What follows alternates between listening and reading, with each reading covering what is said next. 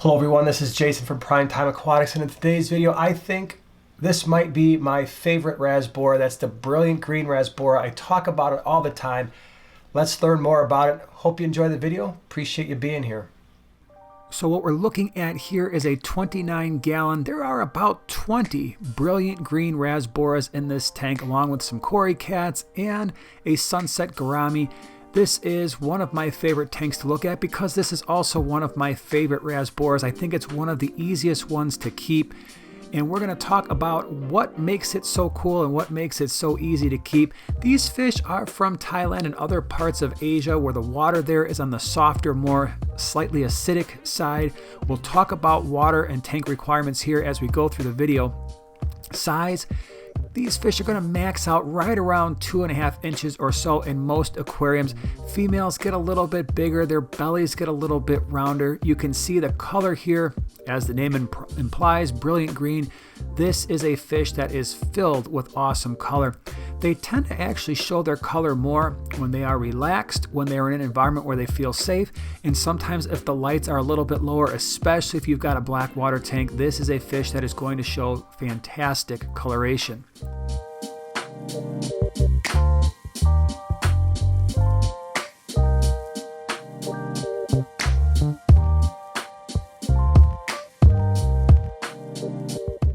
Their temperament, this is one of the most peaceful fish I have ever seen.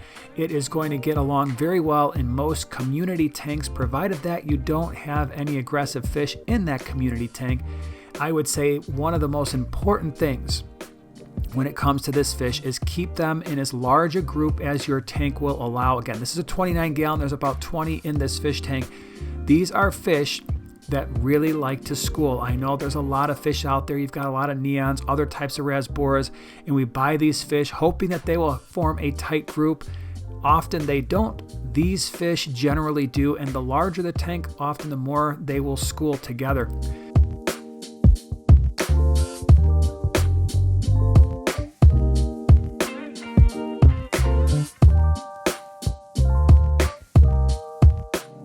Their lifespan, you're going to get somewhere around 5 to 6 years, I think, in most cases. What kinds of fish can you keep them with? So what kind of tank mates are we looking at here? Again, the key here is we want to make sure that your tank mates are also peaceful. These are not fish that get aggressive with one another or with other fish. Again, keep them in large groups. I think that's one of the most important things. If you get anything out of this video, make sure you've got a nice group, minimum 6 to 8. If you can go more, I would do more.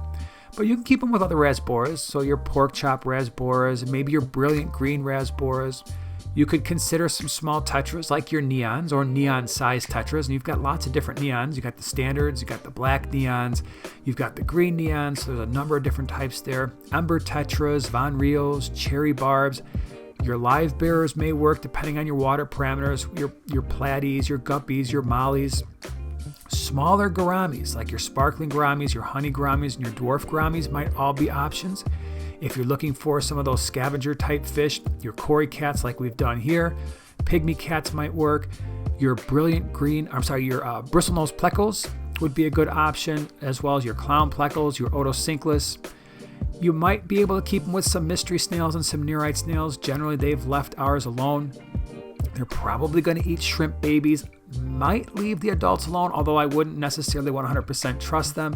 If you're looking for that centerpiece fish and you don't want to go the gourami route like we have here, you have fish like your apistogramma and your rams that also may work.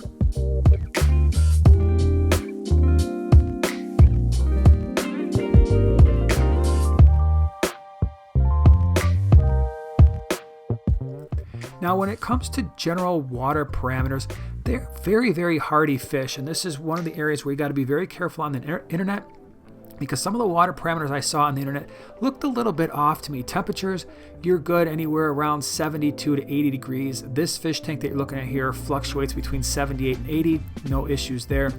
pH, somewhere around 6.5 to 8.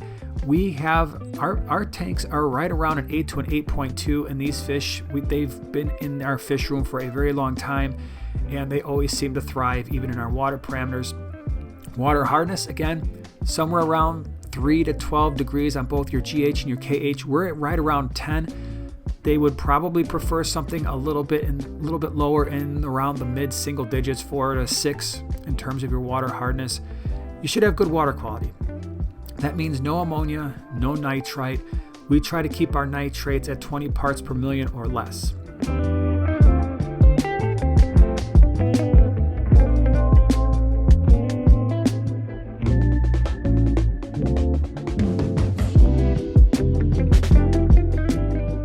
Feeding these fish is a very easy thing to do. They pretty much eat everything we throw in the tank. We feed our fish North Fin flake food, and they love it. We will also sometimes feed this tank live baby brine shrimp. They go crazy for it, and frozen brine shrimp. As far as the tank size goes, I think because the size of this fish, again, they're going to max out somewhere around 2.5 inches, maybe a little bit larger. And because you want to keep them in groups, I think at least a 20 long would be an appropriate size tank. This is a 29 gallon. The only difference is it's a little bit of a taller tank compared to a 20 long, but it's got the same length and width. If you can go a 3 or a 4 foot tank and get an even larger group, it's going to look even better. Decorating the tank is not too difficult. As you can see here throughout the video, we've used a combination of rocks and driftwood and live plants. You don't need live plants, but it is a nice feature to add. If they're fake plants, that will also give them the security that they want. Substrate really doesn't matter. They don't interact with the substrate. It can be gravel or sand. So when you're making the substrate decision, use the other fish in the tank that require a certain substrate as the baseline for that. But the Brilliant Green Rasboras will be fine either way. In terms of getting them to really show their color, as you can see here, we've got a darker background, but we've got a lighter substrate, and that seemed to provide a lot of balance. They are showing really nice color. If you go very light on your substrate and also your background, they're going to wash out a little bit more. You're not going to see as much of that green and yellow and red. So just keep that in mind.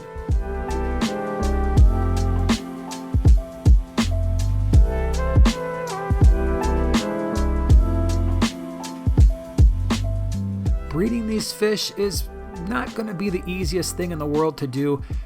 Like most rasboras, they are egg scatterers, so you have your males and your females, you put them in a tank, you feed them. You're going to have to get the water parameters a little bit more close to ideal for them to breed, and so for us, that isn't going to happen at a pH of 8 to an 8.2. We'd want to bring that pH down probably closer to the upper 6s, bringing down that water hardness into, again, around 4, 5, or 6 in both your GH and your KH. They are egg scatterers. Usually you add a spawning mop. The eggs are caught in that mop. Remove the eggs, put the spawning mop, or remove the spawning mop, put the spawning mop in a 10 gallon. Wait a couple days, you'll start to see very, very, very tiny fry. They're going to need infusoria and fry food.